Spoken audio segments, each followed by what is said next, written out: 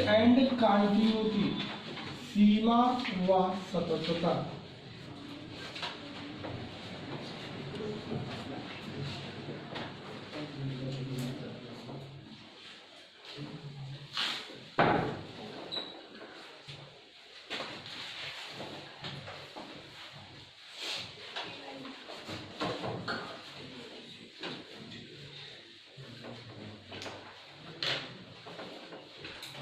आज इस चीज को हम बहुत शॉर्ट पार्ट में बताएंगे। दोनों एक फर्स्ट ईयर का और सेकेंड ईयर, सीमा हुआ फर्स्ट ईयर में आता है, सेकेंड ईयर।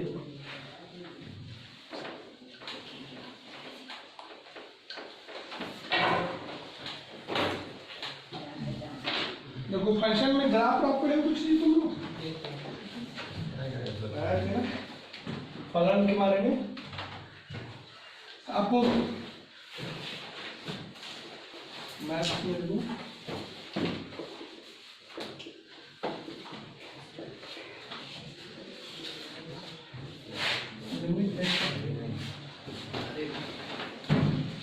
देखो सबसे पहले आपको हमने बताया था कि हमारी मैथ की स्टार्टिंग कहाँ से होती है, समुच्चय सेट से होता है।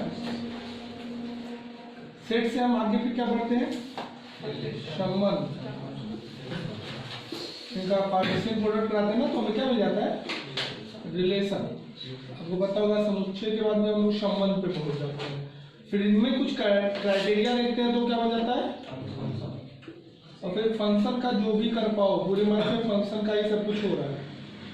या फंक्शन के बारे में अगर हम बात करें तो कई तरह से हमने इसको रिप्रेजेंट करना सीखा है, जैसे कि Venn diagram method, roster method, property method. लेकिन उसी में एक आया था ग्राफ मेथड, जैसे कि ग्राफ।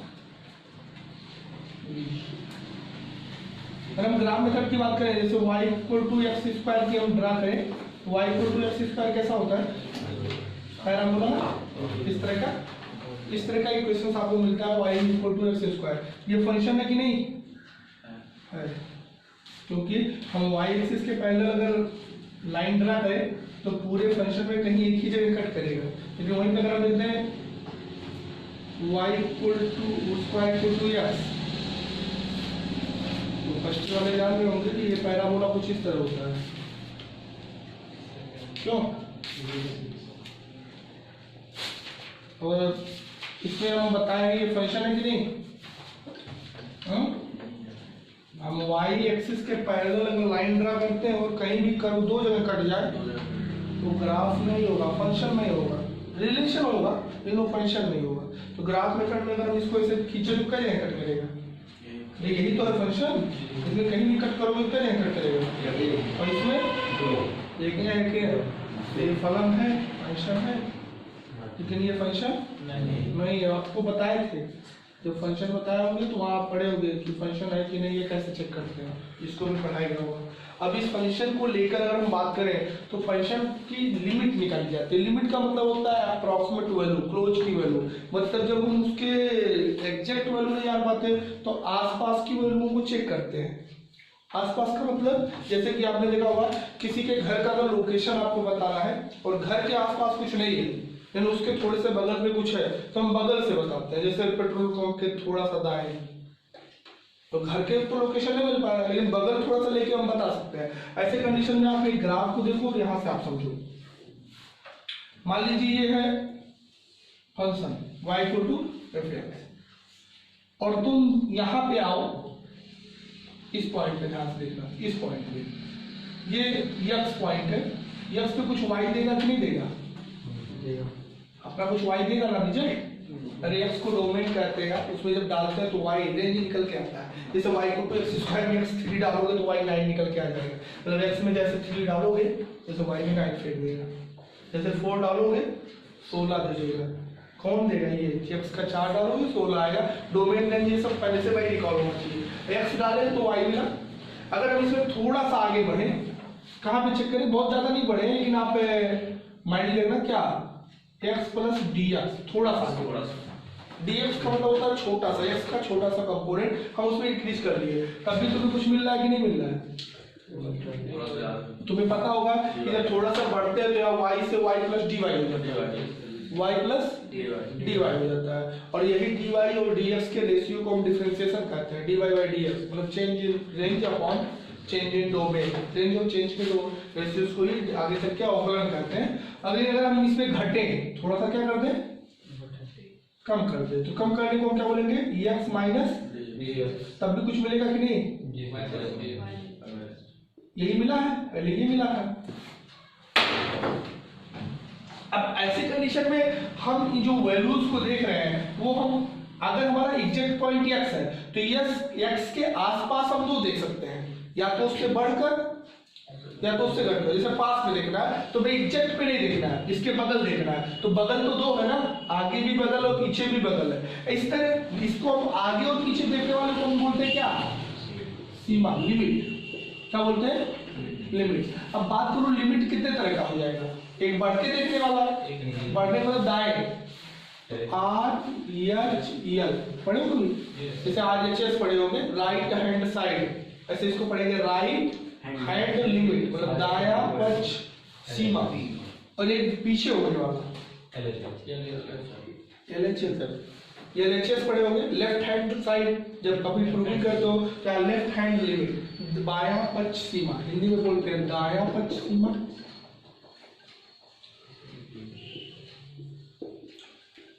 और यहाँ क्या बोलते हैं, बाया पक्ष सीमा। ये दो चीजें हम कैलकुलेट करते हैं। अगर ये दोनों चीजें हम कैलकुलेट कर ले, नंबर 1 और नंबर 2, और एक एग्जैक्ट पे भी निकाल एट एक्स, मतलब एग्जैक्ट, अभी आगे पीछे नहीं होना, उसी पॉइंट पे रहना जिस पे हम चेक कर रहे हैं। तो अगर ये तीनों की हम लोग दे लेते हैं, जिसको हम f(x) कहते हैं, डायरेक्ट x पॉइंट मतलब x पे ही, और ये f(x) पे अगर देख रहे हैं, अच्छा इसको मान लीजिए हम देखें तो इस टर्म को हम लोग बोलते हैं कंडीशनली, कि अगर लेफ्ट हैंड लिमिट जो निकाल के लाए हो, f(x) जो एग्जैक्ट पे आया है, और RHL जो राइट हैंड लिमिट आया है, अगर तीनों बराबर हो गए, ये बारी निकालना पड़ेगा। ये फर्स्ट स्टेप में निकालना सिखाया जाता है, कैसे राइट हैंड लिमिट निकालते हैं, कैसे लेफ्ट हैंड लिमिट निकालते हैं, कैसे एग्जैक्ट वैल्यू निकालते हैं। और जब वहां निकालना जान जाते हो तब इंटर में जान पाओगे कि अगर ये तीनों इक्वल आ जाए तो उसे हम बोलते हैं क्या है, कंटीन्यूअस। फलन जो है सतत है, और अगर कोई भी अलग होगा, अगर कोई भी डिफरेंट आया तो फंक्शन क्या हो जाएगा, समझ में आएगा। अब इसमें तुम्हें थोड़ा सा ही बढ़ा घटा के देखना है, नोट पॉइंट में जान लेना, ये तो कॉन्सेप्ट पे डालते थे बस इतना ही, और नोट पॉइंट में ही जान लेना। इसको लिखने का भैया बहुत तरीका है, फर्स्ट ईयर में आप जाओगे बड़ी तरीके से लिखते हैं। अब ध्यान से देखना, मान लीजिए हम जैसे लिख रहे हैं कि एक प्रॉब्लम है, सो डैट दिखाइए कि y equal to x square, x equal to 2 पर सतत है, क्या है, so that y equal to x square is continuous at the point x equal to 2। आपको बताना है कि ये फंक्शन x इक्वल टू 2 पे कॉन्टिन्यूअस है। तो ये कॉन्टिन्यूअस है, इस चीज को दिखाने के लिए आपको कितनी चीज फाइंड करने पड़ेंगे, ये निकालना फर्स्ट ईयर कहलाता है और ये बताना सेकेंड ईयर कहलाता है। भाई ये आएगा तभी दूसरा आएगा। हम क्या करते हैं, जिसको ग्राफ आता है ना वो कहेगा भैया y equal to x square graph तो इसे होता है, x इक्वल टू 2 यही होगा,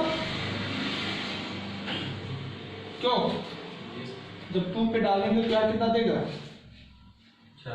4 देगा, x इक्वल टू 2 डालोगे y 4 देगा।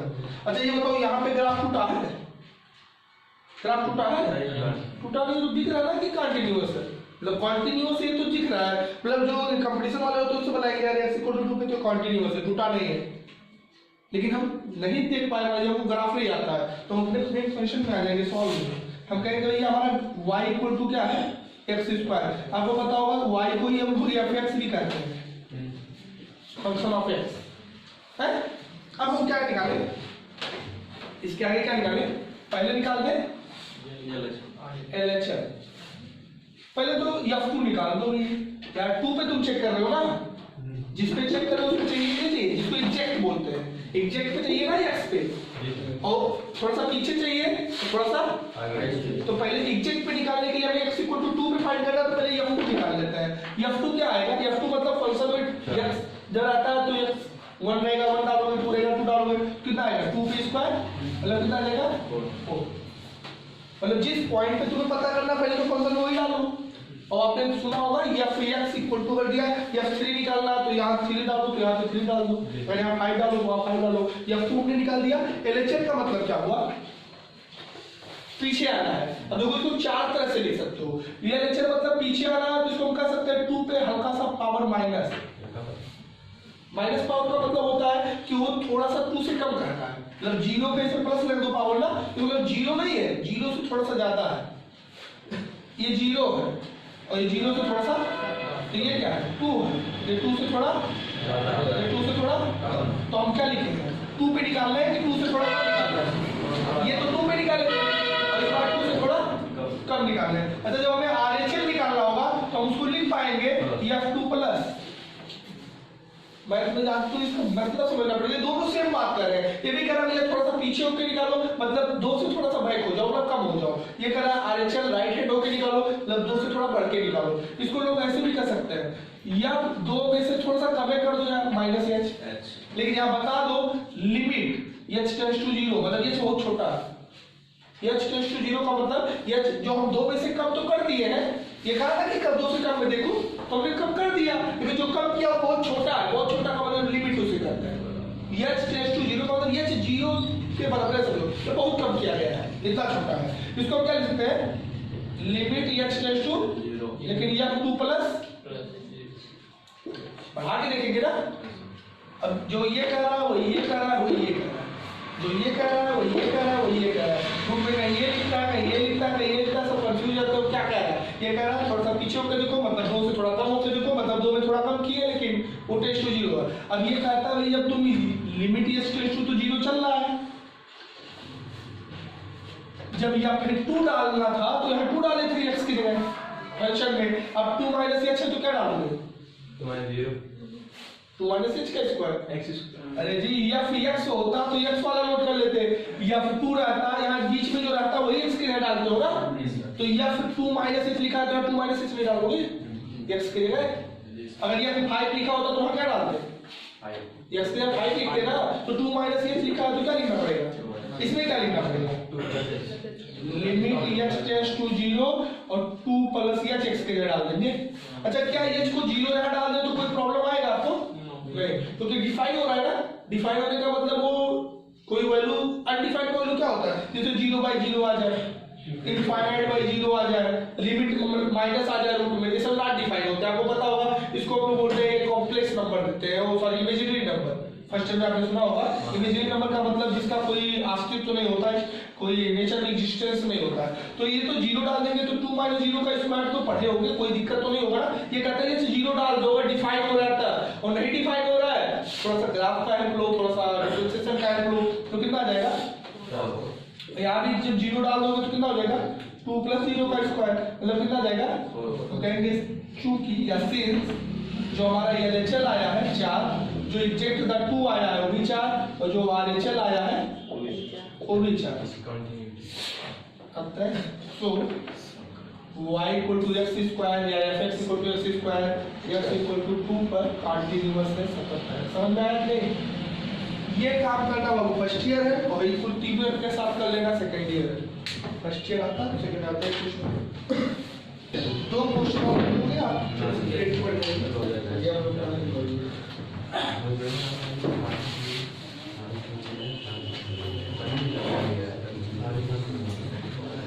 वो जिसको ग्राफ आता है वो ना, वो तो कॉम्पिटिटिव लेवल में बहुत बेहतर काम कर लेता है, बिना कुछ लिक्विड निकाले जा सकता है।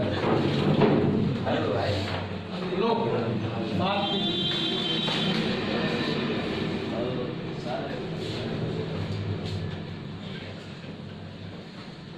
अरे अगले क्वेश्चन को ध्यान से देखा।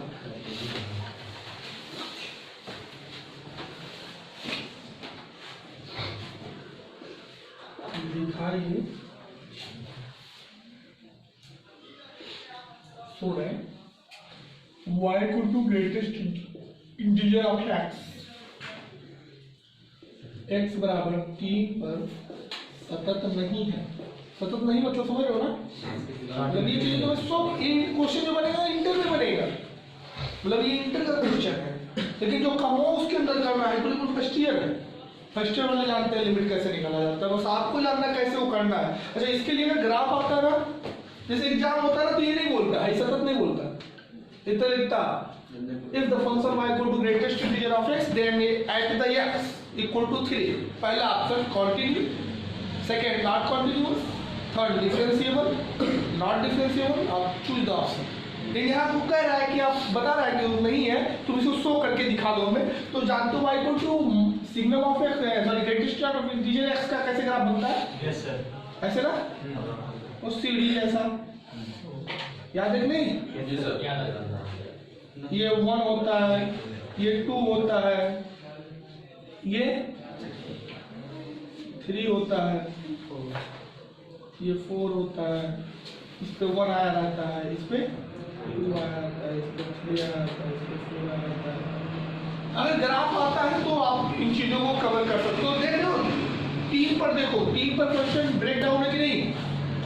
एट द 3 यहाँ क्वेश्चन कवर कर रहा है, 3 के आगे यहाँ कवर कर रहा है और 3 के पीछे यहाँ कवर कर रहा है।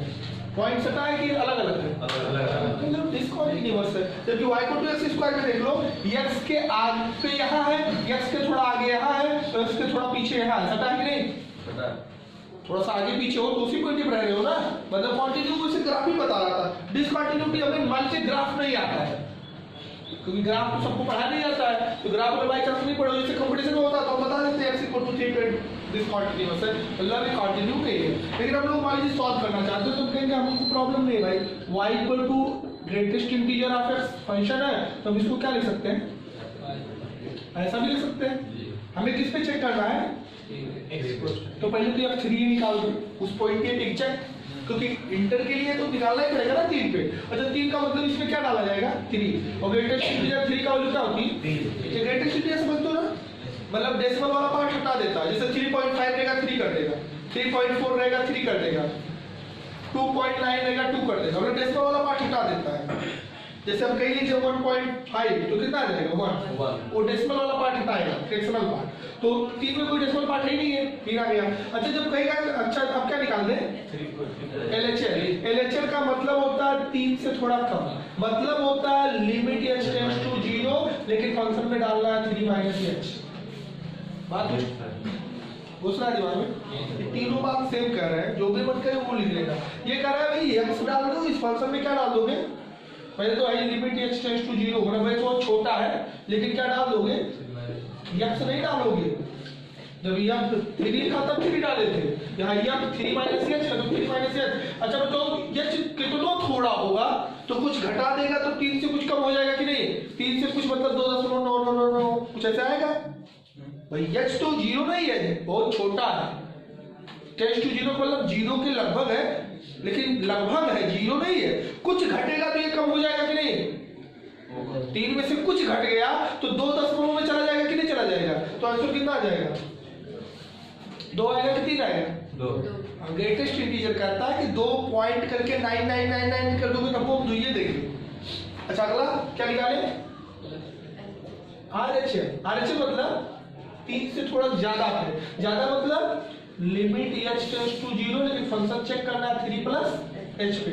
जैसे आप limit h tends to 0 greatest integer function में डालेंगे, फंक्शन हमारा यहाँ बैठा है, उसमें 3 + h डालेंगे, कहेगा थोड़ा सा बढ़ा ही दोगे अगर h is the very small quantity, और जब 3 में थोड़ा सा इंक्रीज भी कर दोगे तो 3 पॉइंट समथिंग हो जाएगा, और 3 पॉइंट समथिंग का भी ग्रेटेस्ट इंटीजर कितना आएगा?